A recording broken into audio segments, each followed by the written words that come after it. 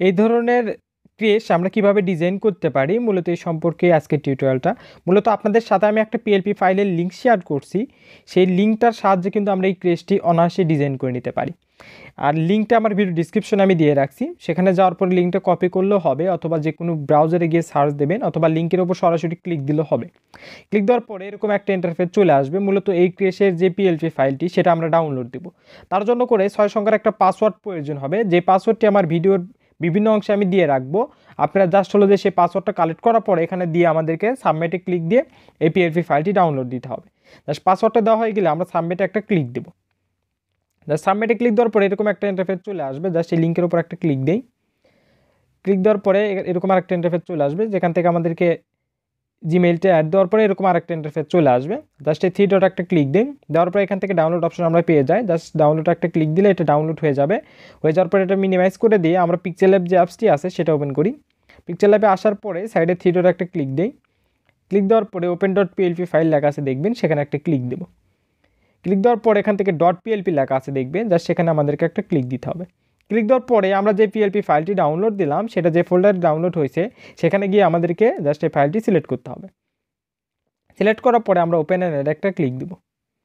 Click দেওয়ার পরে আমাদের ফোনে যদি ব্যাগে স্পেস দিই বা ব্যাগে যদি চলে আসি তাহলে এরকম একটা ইন্টারফেস চলে আসবে। এটা হলো আমাদের মূল যে ক্রেশ, সেই ক্রেশটি। এখানে আমি প্রত্যেকটাতে লক দিয়ে রাখছি, আপনি যেটা পরিবর্তন করতে চাচ্ছেন সেটার উপর থেকে লকটি তুলে দেওয়ার পরে আমরা কিন্তু অনায়াসে পরিবর্তন করতে পারবো। এই যে দেখেন নামটা আমরা কিন্তু পরিবর্তন করতে পারতেছি। আর আমি যে ফন্টটা ব্যবহার করছি এগুলো ডিফল্টভাবে থাকবে, আপনি চাইলে সেটাও পরিবর্তনও করতে পারেন। আর যদি না চান সেক্ষেত্রে এই ফন্টগুলো কিন্তু ব্যবহার করতে পারেন।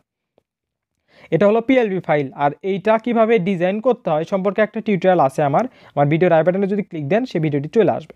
এখানে ছবি অ্যাড দেওয়ার জন্য করে প্রথমে ছবিটা ডিলিট দেবেন, দেওয়ার পরে প্লাস আইকনে ক্লিক দেবেন, দেওয়ার পরে ফ্রম গ্যালারিতে চলে যাব। গ্যালারিতে যাওয়ার পরে আমরা যে ছবিটি অ্যাড দিতে চাচ্ছি সেই ছবিটা এখন আমাদেরকে সিলেক্ট করতে হবে।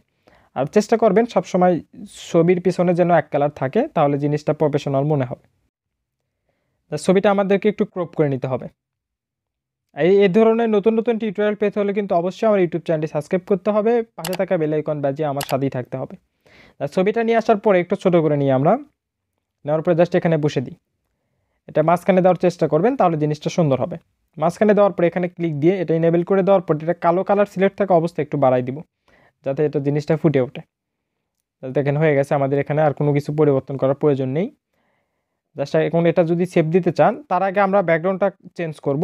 এই যে দেখেন এখান থেকে আমরা ব্যাকগ্রাউন্ডে যে কোনো কালার দিতে পারি, যাতে আমাদের ডিজাইনটা আরও ভালো দেখা যায়। সেই সেভ বাটনে একটা ক্লিক দেই। সেভ বাটনে ক্লিক দেওয়ার পরে সেভ এজ ইমেজে একটা ক্লিক দিব। এখানে ডিফল্টভাবে সেভ দিতে চাইলে ডিফল্ট একটা ক্লিক দিয়ে আলট্রাতে ক্লিক দিলে সেভ টু গ্যালারিতে দিলে এটার অনেক সুন্দর একটা কোয়ালিটি আমাদের গ্যালারিতে সেভ হয়ে যাবে। পরবর্তীতে আমরা কিন্তু যে কোনো জায়গায় ব্যবহার করতে পারি। সবাইকে ধন্যবাদ আমার টিউটোরিয়ালটি সম্পূর্ণ দেখার জন্য করে।